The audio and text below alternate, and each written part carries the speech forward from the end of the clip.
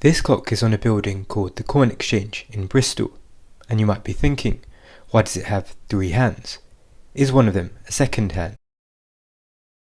But if I stay on the screen for a few seconds, you'll notice that the hands are pretty slow moving, and that's because they are 2-minute hands. But why are there 2? We have to go back a few centuries to answer that. In the 18th century, there wasn't really a need for one standardised time zone across the country, and that was because we didn't have long-distance railway, or we didn't have long-distance communication.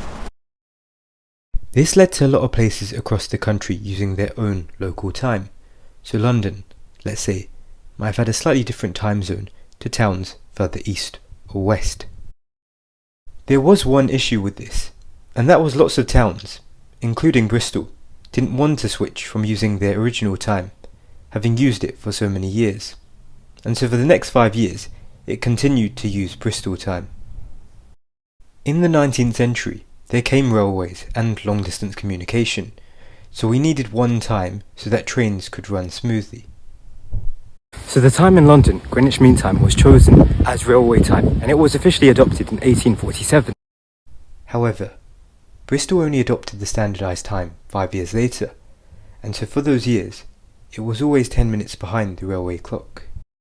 And there were lots of other places which also held on to their times.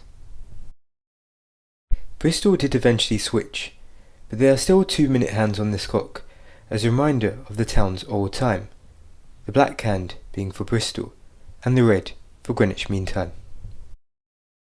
The building it's on, the Corn Exchange, is an iconic building in Bristol which was built in the 1700s. It's now used as office space and often has markets inside.